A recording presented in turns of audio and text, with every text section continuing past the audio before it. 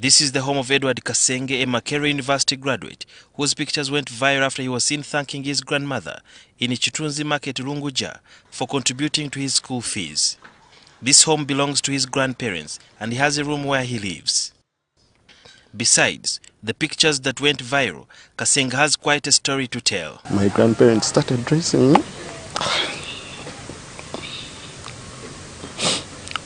when I was 1 year old. The memories of the challenges he endured bring tears to his eyes. My mother brought me here when I was 1 year old, and she left me here. I think according to her, she thought she had left me in the right hands. When she left me, I think she moved on with life. His paternal grandmother, Topisa Nakungu, started taking care of him. Later, Kasenge joined kindergarten, and that is the moment he realized he needed a hand from his biological parents. As I was in nursery, there is one thing I'll never forget. They chased me for school fees. When they chased me for school fees, the teacher is still out there, and she told me, "Go and tell your grandmother." Actually, I remember it very well in Uganda. She told me, "Gendo gambe jajao, buli term atuwengensa ozama ndabiti osobola okusoma." Nakungu sells charcoal in a small room annexed to their main house, and the school fees and money to raise Kasenge has been coming from this business. Kasenge's father comes to this home to check on his parents. I love him because he's my father. I don't have any father. He was around, but I think he didn't see the essence of educating me, but he saw the essence of educating my siblings. He lost hope of being accepted by his parents after a family meeting. Something happened, and when it happened,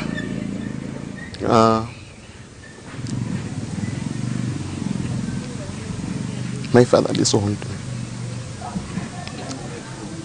in front of a family meeting. So I knew my life had come to an end.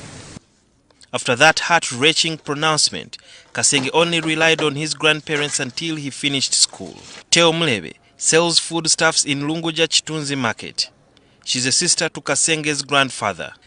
Mlebe and Nakungu joined hands to support Kasenge when he reached primary 1. They raised the money they could raise, and then that's where Uganda microfinance came in. So they could go for a loan and top up. Whenever he would not be at school, he would help both women who live close to each other. His humble background made him patient and respectful to his grandparents, and whenever he came from school, he would help vend avocados and jackfruits to boost his grandparents' income. There is a supermarket which was in the trading center. Most of my friends used to believe that it's our supermarket, but it wasn't ours. I used to come and collect the rubbish, in that rubbish they keep in those cans. I come, I clean the supermarket, they give me the money. So that's the money I used to use to go to transport myself to school, because my grandparents could not afford giving me money to eat, money to transport me, and also pay for me school fees. Despite the challenges, Kasenge had dreams of going to a good secondary school. So senior 1, still an auntie helped me. She paid for me. She's called Aunt Justine. She paid for me, Mengo Senior School. Then term 2, my aunt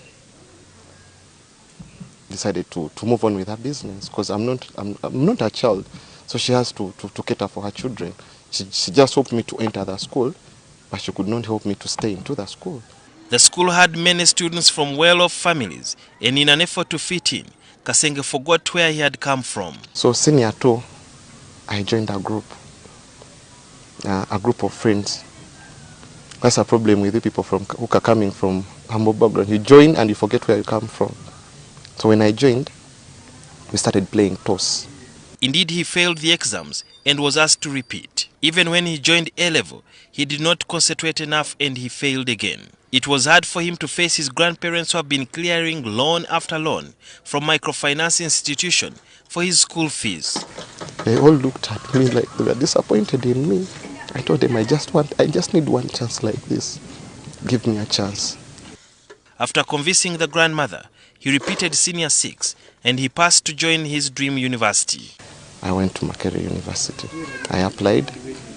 I was given a bachelor's in industrial and organizational psychology, and I did it. While at school, he used to collect rubbish from people's homes for money. But his hard work and renewed focus paid off and he graduated with a second-class upper degree.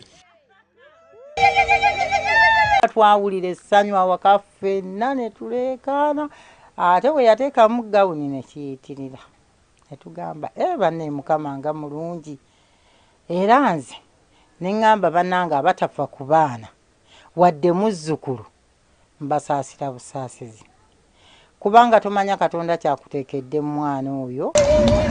Yagakyamani nabitegeera bawedde. On Friday last week, he wore his gown and walked to the market to thank his other grandmother. Kasenge went with his friends who captured the moment. Little did he know that his picture would go viral. His 64-year-old grandmother was surprised to see Kasenge kneel to thank her. Si kyangu abaana tebaagala nnyo kulaga nti wano wenvuba wenkola ki naye ye teyakwatibwa nsonyi najja n'afukamira okwebaza. His grandfather, who did not want to be filmed, also sacrificed a lot. His daughter and sons sent him money to go for the checkup of her ears and also get medication. But for him, he just passed at their back and gave me the money to go and clear her campus. And at the end of that day, he no longer hears well. His grandparents are yet to clear a 310,000 shillings loan that they got to pay his school fees. The celebration is over and Kasenge is back to helping his aging grandparents, to whom he remains highly indebted. Edward Kasenge has done all sorts of jobs. He has gone around his community collecting rubbish, cleaned people's supermarkets, and also sold samosas in his own class in order to raise school fees. Above all, his grandparents have been there for him. And what that means is that having a kind heart is very rewarding. And right now, since he has already finished his university, it is his time to take care of his parents or the grandparents who are about to retire from what they are doing in order for them to earn a living daily. Sudhir Yaruhanga, NTV.